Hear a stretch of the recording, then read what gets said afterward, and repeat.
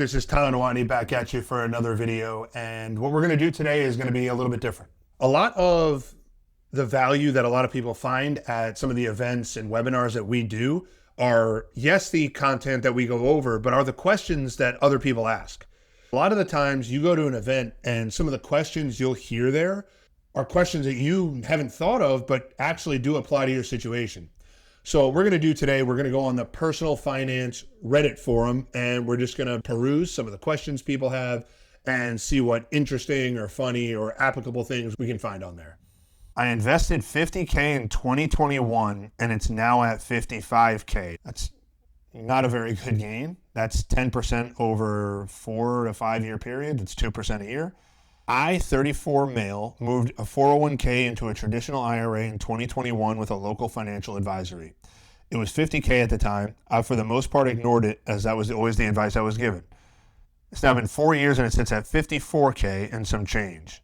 Yeah, top comment. Here's what happens. You said something along the lines of you want to be conservative, you don't want to lose money. What that meant is the advisor went and said, oh, okay, we're going to put you in bonds.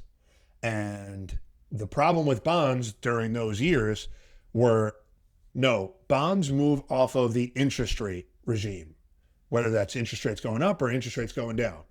When interest rates go up, the price of existing bonds go down.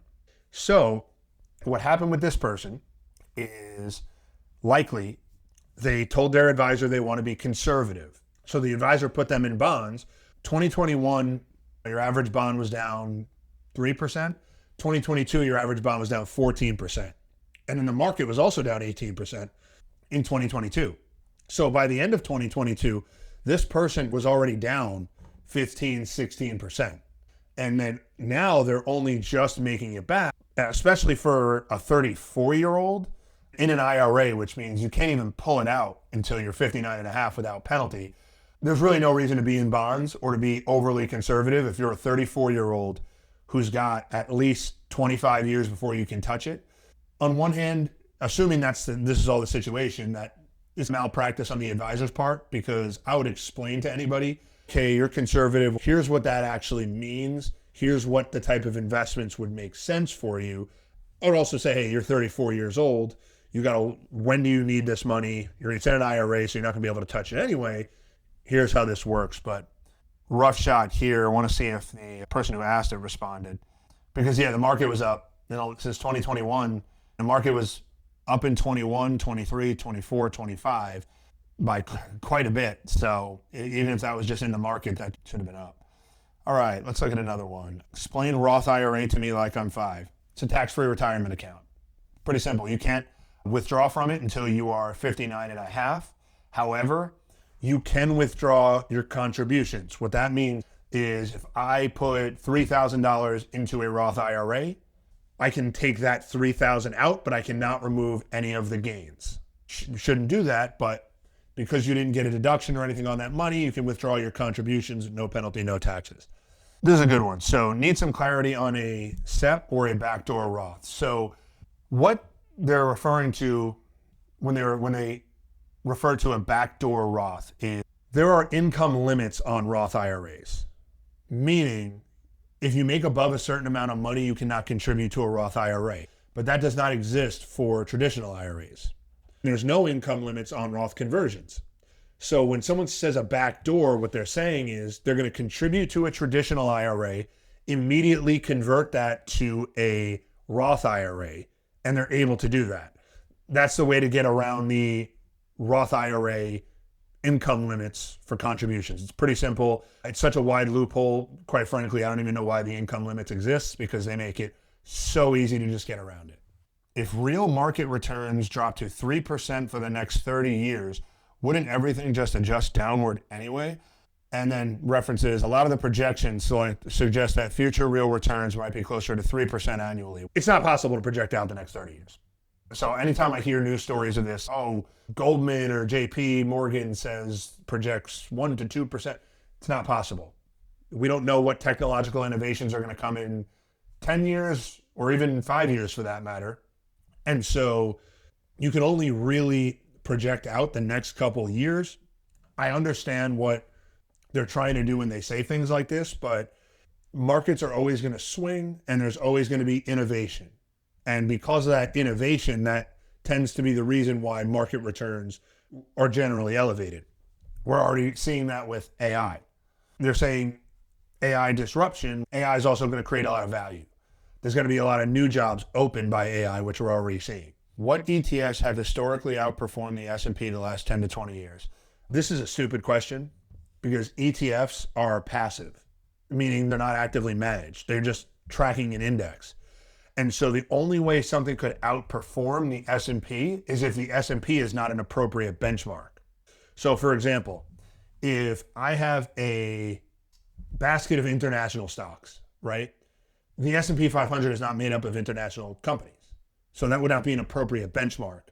And the S&P 500 ETFs are meant to mirror the composition of the S&P so it wouldn't consistently outperform it over time. And yeah, like you see one of the comments here, they're like, oh, I heard some of the Vanguard ETFs outperform the S&P, like VOO. And then I love this comment here because it's so true. VOO is an S&P 500 index ETF. It's not like, that's literally what it is. Like the goal is just literally to track the S&P 500. And so even for ETFs in general, like I said, they're passive investments, meaning nobody's managing them. They're built usually to track some sort of index. So if you're talking about outperformance, you wouldn't really be looking for an ETF with that. And historically, it's been proven that over time, it is not possible to outperform the general market for a variety of reasons. You may a year or two, but then you're going to have a year or two where you, on the downside, perform worse. And that's why it's always important to understand if you're tracking an index, well, you got to make sure that the investment you have, that index is the right benchmark. If I have a bunch of commodities that I'm trading, like oranges, I can't look at the gold index and say, oh, I'm outperforming gold. Yeah, it's a totally different investment class. This is a common one. I feel like I'm way behind on retirement. Is it as bad as I think? 41 years old, single income household, married, wife is 36, 3 children under 12. Pretty good salary per year, $130,000 into a Roth, which is good because that's tax-free down the line. Current balance is $165. The answer is no, not way behind. And I get this a lot, and there's always some level of insecurity that you're not doing enough. The truth is, you're 41 years old, you want to retire at 65, you got 24 years. You're making a good salary. You just got to make sure you're continuing to contribute. He's investing 10% into the Roth plus a 4% company match. So $13K, could probably up that if possible. I always recommend to try to get close to 20% because then you're looking at $26,000 a year plus the match that they're doing of your salary, which that in and of itself is going to be $5,000. So that's $31,000 right there every year. You do the math of that over 25 years plus the growth, you're going to be well into the millions. You should be, I should say, well into the millions by retirement. But no, there's a common question. People who are way out from retirement who aren't really sure they're doing enough. Investment advisor sold all of my mutual funds without my consent. Right away, I'm going to say on this, it really depends what type of account you have. Do you have a discretionary or non-discretionary? Because you may be in an account where your advisor has full authority to manage it and they just decide to do that. However, if you're in a non-discretionary account, meaning your advisor does not have the discretion to do that, then that's a major problem because they don't actually have an agreement in place to sell your stuff. Especially with mutual funds, problem that this guy's advisor wants to charge him 2% a year. I logged into my account and the entire investment account is now cash and cash all. Sold in September of 2024. What? Yeah, so September 2024, but this doesn't look right, especially if you left it in cash. That's a trade error. So if you put money in an account and your advisor does not allocate it, and they should have, assuming you agreed on a plan, if they don't allocate it, that's a trade error. You're entitled to all of the proceeds that you would have earned.